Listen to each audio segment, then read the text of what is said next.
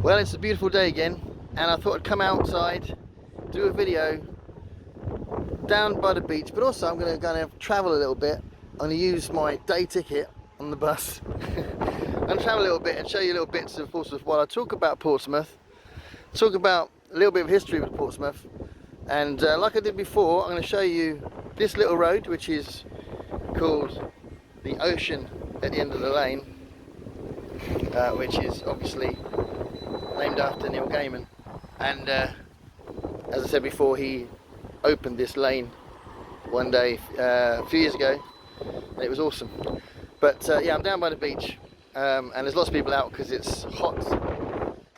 It's quite windy though, so you might be getting a lot of wind on the video audio, but it's Canoe Lake. But let's talk about Portsmouth for a second. So Portsmouth is, as I say, a very old, very old area, very old city, and it's 74 miles from London, so very close proximity to London, which is quite a relevant part of its developing culture and its accent and all that kind of thing. And its last census said that the population was over 208,000 people. It's the most densely populated city in the UK, and there's all sorts of different cultures here. It's very multicultural. We celebrate that a lot in the city, and there's a really rich history. So the development of Portsmouth, the actual word Portsmouth, goes back to 501 AD. So right back to 501 AD, you've got Jean de Gisors, an Anglo-Norman who founded the word, well, created the word Portsmouth around the Portchester Castle area. So not quite here. This is Canoe Lake, so this is on the beach, but further to the east, by a few miles. That was the area that he named Portsmouth, but it started getting sort of developed from there, and as I say, there's been this rich history which I'm going to go into now. So yeah, that Portsmouth was founded by Jean de Gisors, a vassal for the king. As you can see, when it's warm, we all go out to the seafront, and the seafront gets busy. Loads of different people come out and go and swim in the water. There's a Seafront pier there, so they go on the pier. All the way through my childhood, I used to play football on Canoe Lake, and then nip over to the pier to go in the amusement arcades while we go out swimming as well. And you get these telescopes, you can see out to the sea. Get the forts there. That's the Isle of Wight, and obviously in that direction, a few miles in, you will eventually get to France.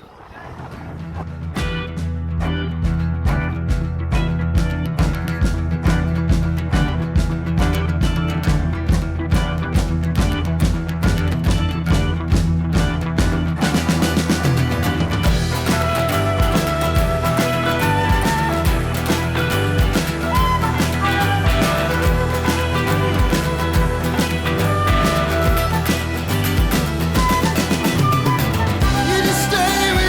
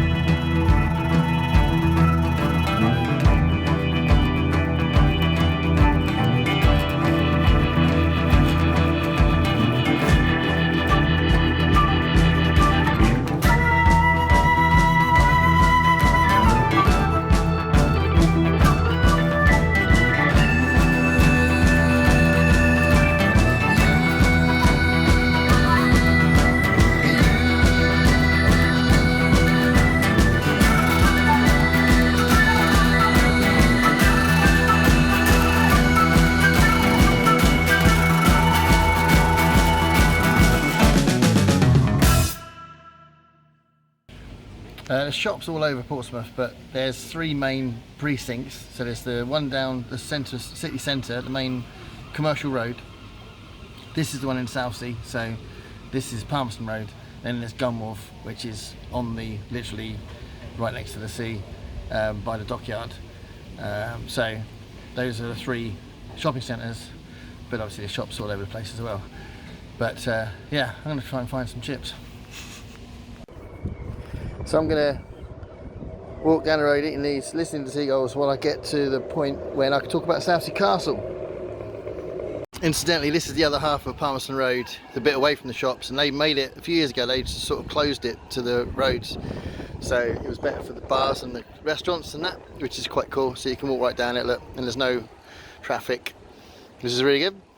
Adds to the atmosphere, especially when we had like a big food festival in the summer, which Beamish usually play at actually, but we couldn't this year because I was in New Orleans. But yeah, and this is obviously walking up to Southsea Castle.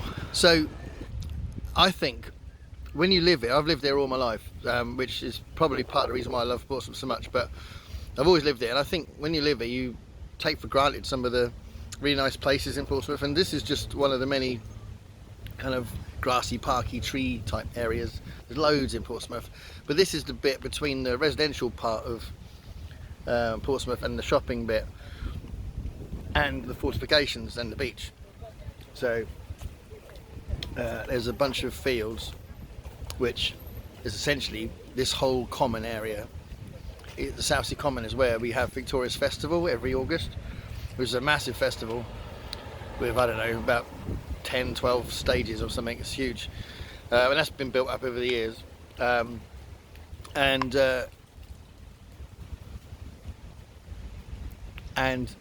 you know, this area is just really nice. So it's a nice place to take dogs for a walk. It's near the rock gardens as well. There's a really cool rock gardens over there as well by the Southsea Castle. But it's just really nice. Little stroll you can have around here. Obviously in any park in the UK you get people playing football, but there's also can you see it now that way? The skate park there. The skate park's pretty cool, where obviously you've got people developing their skateboarding skills. That was nearly closed down, and there was a load of money raised to keep it open. And yeah, they do like roller discos there, as well as obviously the normal skateboarding stuff. So, as I said, Jean de Guizot founded Portsmouth in 1180. It was so just before the 13th century. So as the 12th century was ending, Portsmouth was founded, and at the time he was a vassal for Richard II, and then he became a vassal for King Richard. And Richard, the Lionheart, Richard I, built up Portsmouth with a fleet of 100 ships and turned Portsmouth into a market town. So kind of started building it up, and as the years went on, Portsmouth became like a big kind of centre of like the naval force, if you like, these fleet of ships, and they used to come from Southampton and all sorts of other places to kind of gather in Portsmouth when they'd go off for the battles. But a big part of that was Southsea Castle.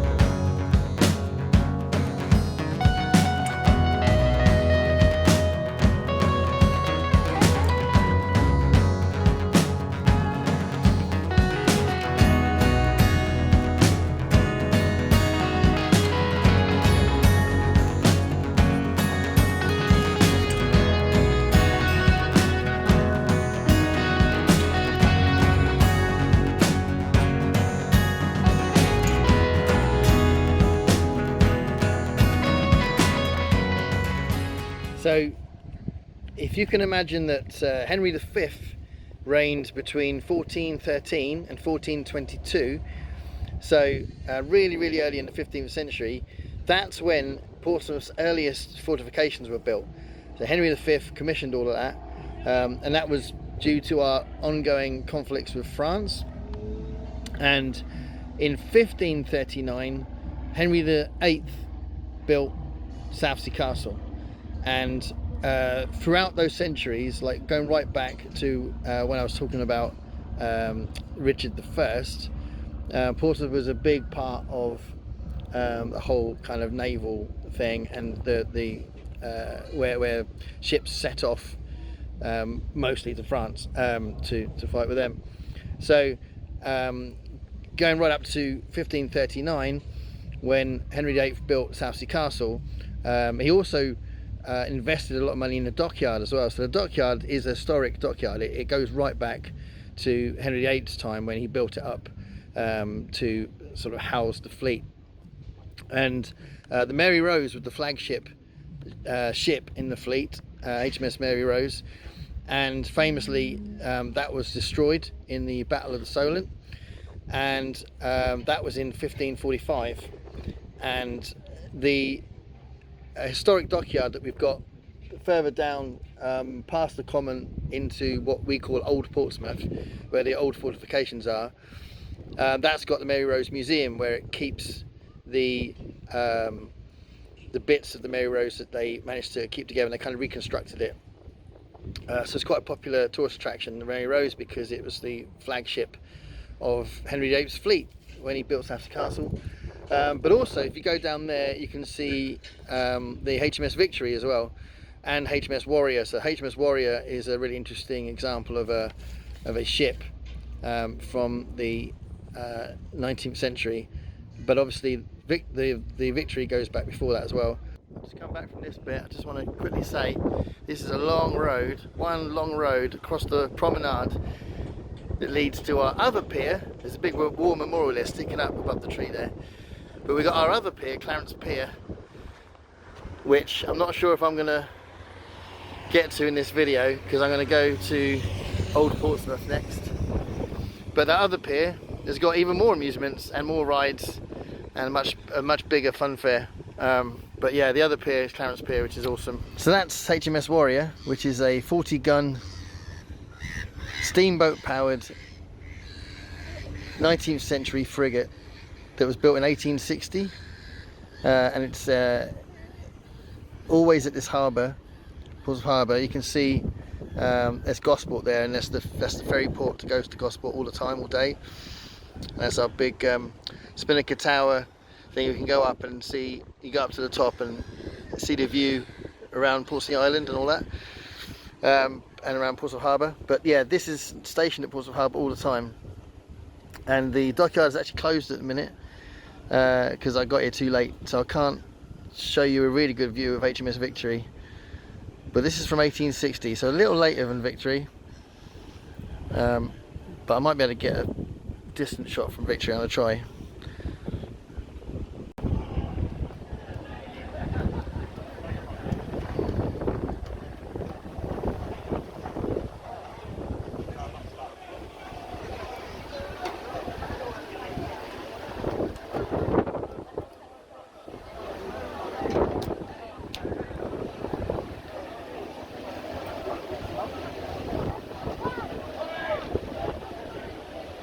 So yeah, I can't really get a good shot of the Victory, but you can just about make out the top of the mast just by the side of that white building.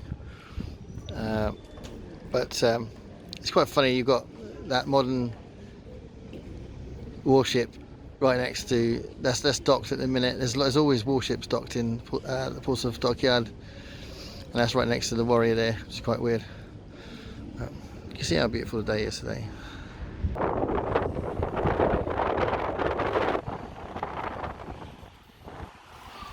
This is the square tower. So this is one of the fortifications built well before Henry VIII.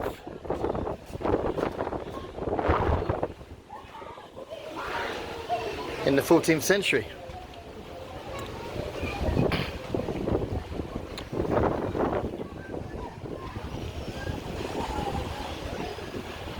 one of the interesting things I found out in my research for this as well, during the Civil War, most of the residents of Portsmouth were pro-Parliament, so they were on Parliament's side, and they defeated the Royalists in a big battle in 1642, which I think is pretty interesting. And obviously, when I was talking about the Victory earlier, that was the boat, that was the flagship when Horatio Nelson left for the Battle of Trafalgar in 1805. So there's lots of history in Portsmouth. So yeah, various different parts of the seafront promenade end of Portsmouth, where I just touched a little bit on Old Portsmouth.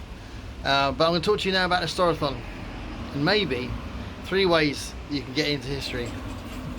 So there we go, that's a little bit of Portsmouth.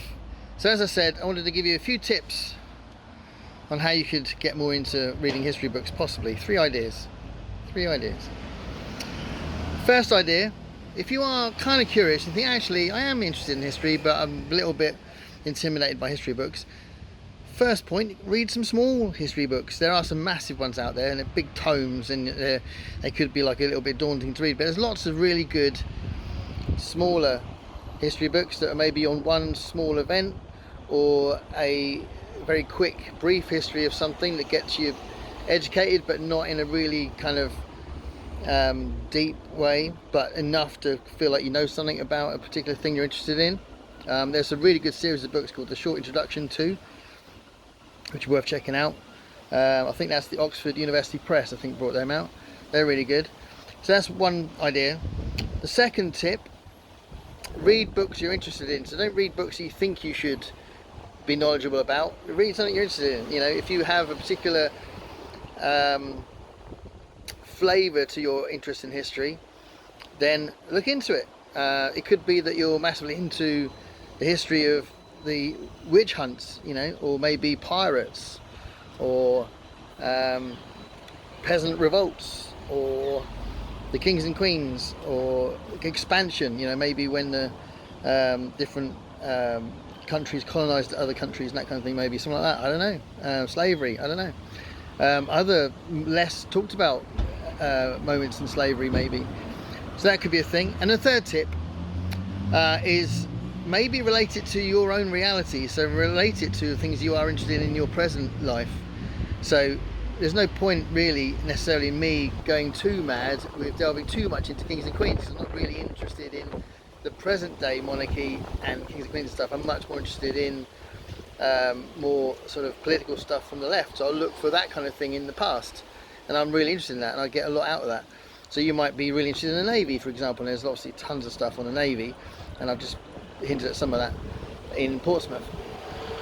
Could be things you're interested in the way social history is developed, you know, the way people live, you know, and that could be related to your own interest in your everyday life, you know, and that's what I'm saying, related to yourself and your own interests. That's my third tip. So there we are. Thanks for watching. Stay curious.